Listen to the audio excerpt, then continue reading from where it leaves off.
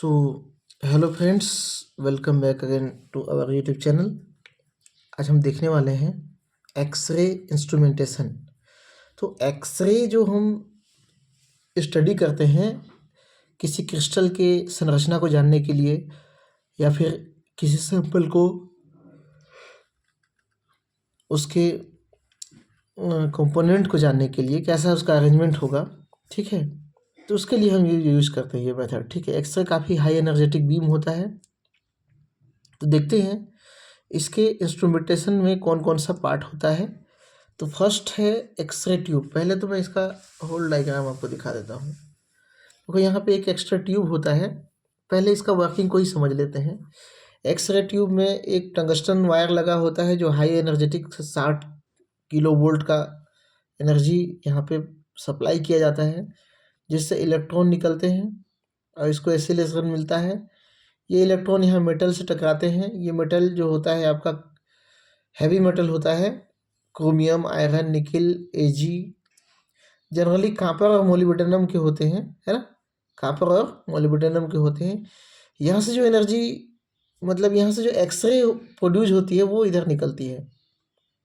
अब ये बहुत सारा डायरेक्शन होता है, पर यहाँ पे एक खिड़की होती है जहाँ से कुछ ही रेज निकलती है और कोलीमेटर में जाती है। कोलीमेटर एक तरह का क्या होता है, बहुत ही फाइनली बना हुआ, छिद्र से बना हुआ या फिर दो प्लेट से बना हुआ एक रास्ता होता है, बहुत ही पतला सा रास्ता। उस पतले से रास्ते से ये रे आगे बढ़ती है और आगे बढ़ के मोनोक्रोमेटर में जाती है। मोनोक्रोमेटर से में भी क्या होता है, इससे जो बचे हुए एक्स्ट्रा अनवांटेज रे जो होती है वो यहाँ पे एब्जॉर्ब हो जाती है। बाकी एकदम बहुत पतली सी फिल्म, यहाँ पे पतली सी लाइट, पतली सी रेज निकलती है। और ये सैंपल हमारा ये क्या है, सैंपल या क्रिस्टल कह सकते हो।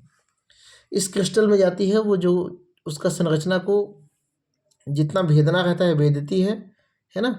Crystal structure basic first year में आपने पढ़ा होगा, ब्रेक्स लॉ, ठीक है। तो वो यहाँ पे होता है। उसके बाद में यहाँ पे आता है, ये हो गया आपका डिटेक्टर,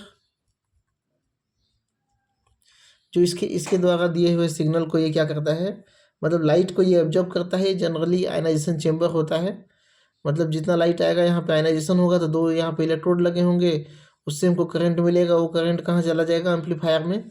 एम्पलीफायर बताएगा कि कितना कितना करंट हमको मिल रहा है, उसके हिसाब से रिकॉर्डर उसको रिकॉर्ड करते जाएगा, ठीक है। तो हम एक एक चीज़ को हम देखते हैं, थोड़ा डिटेल में समझते हैं। एक्सरे ट्यूब क्या होता है, ये एक बड़ा ट्यूब होता है, वैक्यूम ट्यूब होता है, जिसके अंदर में ना कोई हवा ना कोई मटेरियल नहीं होता, ठीक है। मतलब कुछ कुछ चीज़ें एलिमेंट्स होते हैं, फिलामेंट्स होते हैं, लेकिन यहाँ पे कोई हवा नहीं होता, वैक्यूम होता है। जिससे हीटेड जिसमें क्या होता है, हीटेड कैथोड होता है, जो इलेक्ट्रॉन एमिटर होता है। एक कैथोड होता है, इलेक्ट्रॉन एमिटर होता है। थोड़ा सा ऊपर करें तो दिख जाएगा, हाँ। ये फिलामेंट लगा हुआ है यहाँ पे टंगस्टन का, जिससे 60 किलो वोल्ट का एनर्जी इस पर हम अप्लाई करते हैं तो यहाँ से इलेक्ट्रॉन निकलता है, एक्सेलरेट होते हुए कहाँ जाता है, इस मेटल में जाता है। ये मेटल क्या होता है, कॉपर और मोलिब्डेनम का मेटल होता है, टारगेट मेटल। इसको एनोड के रूप में रहता है। यहाँ पे एक विंडो लगा रहता है, बेरिलियम का विंडो लगा रहता है, बेरिलियम की पन्नी लगी रहती है, वो यहाँ से वो छन के आगे जाती है, ठीक है। इस पूरे सिस्टम को ठंडा करने के लिए इधर कूलिंग ऑयल या वाटर इधर जो है हम डालते हैं और निकालते हैं, डालते हैं और निकालते हैं, मतलब ये यहाँ पे रास्ता बना होता है, ठीक है। तो इस तरह से हमको क्या मिल जाता है, एक्सरे जो है हमको मिल जाता है, ठीक है। तो ये हो गया आपका एक्सरे ट्यूब। यहाँ पे एक कप लगा होता है, फोकसिंग कप, मतलब जो इलेक्ट्रॉन निकल रहा है वो इधर ही जाए, इधर उधर मत जाए, है ना। इधर उधर मत जाए, वो एक डायरेक्शन में ही जाए। तो ये चीज़ लगा होता है। इधर हाई वोल्टेज कितना, 60 किलो वोल्ट, ठीक है, केवी, 60 केवी, है ना। आप समझ सकते हो काफ़ी ज़्यादा अमाउंट ऑफ एनर्जी है। अब ये जो एक्सरे गया वो कहाँ जाएगा, कॉलीमेटर में जाएगा, ठीक है। कॉलीमेटर क्या होता है, बीम को पतला करने का, नैरो करने का उद्देश्य से लगाया जाता है। ये पैरेलल मेटल प्लेट होता है, मतलब पैरेलल मेटल प्लेट कहने का मतलब ऐसा ऐसा प्लेट होगा जिसके बीच में बहुत ही फाइन छिद्र होगा, लगभग 0.5 mm का, है ना, मिलीमीटर। या फिर क्या होगा, बहुत सारे ट्यूब से बना होगा, जो कि ऐसे ट्यूब होंगे 0.5 mm के ट्यूब होंगे, ठीक है। तो इसके द्वारा ये क्या होता है, बना होता है। एक्सरे ट्यूब एनालाइजर क्रिस्टल के बीच में लगाया जाता है। देखो यहाँ एक्सरे और एक्सरे से जो हम स्टडी करना चाह रहे हैं उस क्रिस्टल के बीच में इसको लगाया जाता है, ताकि जो एक्सरे है वो फाइन होके, नैरो होके, पतला होके वहाँ तक पहुँचे। ठीक है। एक और चीज़ वहाँ पे हमने देखा था मोनोक्रोमेटर। ठीक है। तो कोलीमेटर के बाद में मोनोक्रोमेटर लगाया जाता है। देखो एक्सरे क्या हो सकता है, बहुत तरह के डिसएडवांटेज मतलब अनडिजायरेबल रेडिएशन के साथ हो सकता है। तो सारे अनडिजायरेबल रेडिएशन को ये सोख लेता है मोनोक्रोमेटर, मतलब इसको अनपोलराइज्ड कर देता है ना। जो एक्सरे होगा उसको क्या कर देगा, ये अनपोलराइज्ड कर देगा। ठीक है। ये इसका दो मेथड है, एक तो है फिल्टर मेथड। तो यहाँ पे एक प्रकार का फिल्टर लगा होता है जो अनडिजायरेबल रेडिएशन को रोक देता है और यूजफुल रेडिएशन को सैंपल तक जाने देता है। जैसे कि यहाँ पे मान के चलो दो रेडिएशन मिला, एक रेडिएशन यहाँ मिल रहा है, एक रेडिएशन यहाँ मिल रहा है। अब के बीटा इसको नाम देते हैं, के अल्फ़ा इसको नाम देते हैं। के अल्फ़ा का ज़रूरत है तो हमको ऐसा मोनोक्रोमेटर लगाना पड़ेगा जो केवल के अल्फ़ा को ही वहाँ से पास होने देगा। ठीक है। तो यहाँ पे हम क्या लगा देते हैं, जर्कोनियम फिल्टर लगा देते हैं जो केवल और केवल के अल्फ़ा को पास करता है। ठीक है। तो इंस्ट्रूमेंटेशन तो हमने देखा है। दूसरा जो होता है क्रिस्टल मोनोक्रोमेटर। क्रिस्टल मोनोक्रोमेटर क्या होगा, ये ग्रेटिंग मोनोक्रोमेटर होता है। मतलब यहाँ पे क्या होगा, मेटल का प्लेट लगा होगा। ठीक है। मेटल का प्लेट लगा होगा जो कि बाकी रेडिएशन को सोख लेगा, लेकिन केवल और केवल जो रेडिएशन जरूरी है, यहाँ पे देखो हजारों रेडिएशन जा रहा है लेकिन यहाँ से केवल कुछ एक रेडिएशन ही यहाँ से निकल पा रहा है। इस टाइप से दूसरा होता है कर्व मेथड। कर्व वाला जो प्लेट होगा वो क्या करेगा, बहुत सारे रेडिएशन को लेगा लेकिन देगा कितना, जितना आवश्यकता है। ठीक है।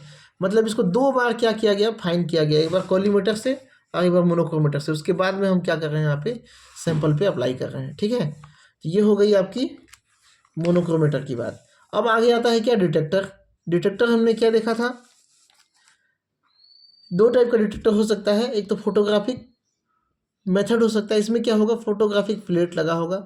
एक्सरे बीम जो आया हुआ है ना, एक्सरे बीम जो सैंपल से टकरा के आया हुआ है, सैंपल के स्ट्रक्चर को भेद के आया हुआ है, उसके आने के करंट को हम क्या कर लेते हैं, फोटो आयनाइजेशन चेम्बर से उसको रीड कर लेते हैं। देखो रेडिएशन कैसे आया है, D=I0 अपॉन I0 क्या होगा, इंसिडेंट लाइट है, और I क्या होगा, ट्रांसमिटेंस लाइट है। तो ये जो है वो क्या होगा, सैंपल का होगा। सैंपल में ये घटना होगी, सैंपल में कुछ लाइट आएगा और ये क्या हो जाएगा, कुछ एमिट होगा। ठीक है। कुछ को वो क्या कर लेगा, एब्जॉर्ब कर लेगा। तो कितना एब्जॉर्ब किया, क्या किया, उसको हम क्या करते हैं, इस आयनाइजेशन चैम्बर में यहाँ पे कुछ ऐसे एलिमेंट लगे होते हैं जो करंट पाके आयनाइज होते हैं। आयनाइजेशन होगा तो फिर यहाँ पे करंट फ्लो होने लगेगा, ये करंट फ्लो होने लगेगा। इस करंट फ्लो होने को हम क्या करते हैं, सीधा डिटेक्टर से जोड़ देते हैं। मतलब डिटेक्टर यहाँ पे डिटेक्ट करता है कि कितना करंट फ्लो हो रहा है, उसको ये भेजता है एम्पलीफायर में। ठीक है। जैसे यहाँ पे है डिटेक्टर के बाद में कहा गया एम्पलीफायर। एम्पलीफायर उसको सिग्नल में कन्वर्ट करता है। अब वो रिकॉर्डर को भेज देता है, रिकॉर्डर क्या करता है, सिग्नल में इसको कन्वर्ट कर देता है। इस तरह से हमको सिग्नल जो है प्राप्त हो जाता है। ठीक है। तो फोटोग्राफिक मेथड से भी हम इसको डिटेक्ट कर सकते हैं। और दूसरा होता है काउंटर मेथड। तो ये मेथड आपने पढ़ा होगा, ग्रीगर मूलर काउंटर, ये आपने पढ़ा है। ठीक है। Proportional counter, scintillation detector, solid state semiconductor detector, semiconductor detector, ये 5 टाइप का होता है। तो होता क्या एक्चुअली, देखो सेमीकंडक्टर में लाइट पड़े तो करंट क्या होता है, फ्लो नहीं लगता है। सेमीकंडक्टर आधा अर्धचालक होता है ना, अर्धचालक क्या करता है, लाइट के एक लिमिट मात्रा को बहने देता है, लेकिन जब उसमें प्रकाश पड़ता है तो वो उसका जो क्या बोलना चाहिए, जो उसका रेजिस्टेंस है उसमें कमी होने लगती है। ठीक है। तो कमी होने की वजह से ज़्यादा लाइट पास करने देता है। इसी टाइप से सेंटिलेशन डिटेक्टर भी होता है, प्रोपोर्शनल डिटेक्टर भी होता है, ग्रीगर मूलर डिटेक्टर, ये सारे के सारे क्या होते हैं, डिटेक्ट करने का काम करते हैं। ठीक है। इसके बारे में डिटेल जानने की आवश्यकता नहीं है। एम्पलीफायर का काम क्या है, एम्पलीफाई करना। एम्पलीफाई मतलब जो सिग्नल या करंट जो आ रहा है उसको एक मतलब पढ़ने योग्य, रीड करने योग्य करंट में चेंज करना। ठीक है। जैसे कम रेडिएशन आ रहा है तो उसको कम, ज़्यादा रेडिएशन आ रहा है तो उसको थोड़ा सा ज़्यादा, इस टाइप का बढ़ा के रिकॉर्डर को भेजेगा। तो रिकॉर्डर क्या कर, रिकॉर्डर में क्या होता है, पेन होता है और ग्राफ वो प्लॉट कर देता है। ठीक है। कम रेडिएशन में पेन नीचे नीचे आ जाएगा और रेडिएशन जब ज़्यादा आएगा उस समय क्या कर देगा, वो पेन को ऊपर लेके जाएगा, तो ग्राफ हमको मिलता है। ठीक है, ये काफ़ी सेंसिटिव होता है और काफ़ी अच्छे से वर्क करता है। ठीक है, जितना आसानी से हम यहाँ पढ़ लिए, इतना आसानी से ये होता नहीं है। इसको बनाने में इसका जो स्ट्रक्चर होता है वो काफ़ी फाइन होता है। जैसे कि यहाँ फोटोग्राफिक प्लेट की अगर बात करते हैं, तो यहाँ पे एक कैथोड होगा तो कितने सारे एनोड होंगे यहाँ पे, है ना। मतलब कुछ इस तरह से ट्यूब होता है, काफ़ी महंगा आता है ये, है ना। ये इस तरह से ट्यूब होता है, उसमें एक यहाँ पे बड़ा सा कैथोड होगा और यहाँ पे छोटे छोटे एनोड लगे होंगे, डायोड लगे होंगे। ठीक है, इस तरह से 12-15 लगे होते हैं। ठीक है, तो वो यहाँ पे आया लाइट, तो फिर उनके बीच में फिर एक्टिविटी होती है और ये रीड करते हैं।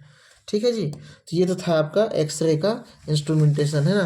मैंने इसको बहुत इजी तरीके से बताया है, और बुक में तो खैर बुक में तो केवल डिटेल से नहीं दिया हुआ है, मतलब दिया हुआ है, लेकिन इस तरह से आप जो है समझा सकते हो सेमेस्टर एग्जाम के अकॉर्डिंग, है ना। एक्सरे का इंस्ट्रूमेंटेशन, इसी के साथ में है एप्लीकेशन ऑफ एक्सरे, जो कि हम नेक्स्ट वीडियो में देखेंगे। क्योंकि वीडियो लंबा हो जाएगा, इसलिए मैं छोटा छोटा ही वीडियो बना रहा हूँ। ठीक है, चैनल में बने रहने के लिए बहुत बहुत धन्यवाद। आप सभी का दिन शुभ हो, धन्यवाद।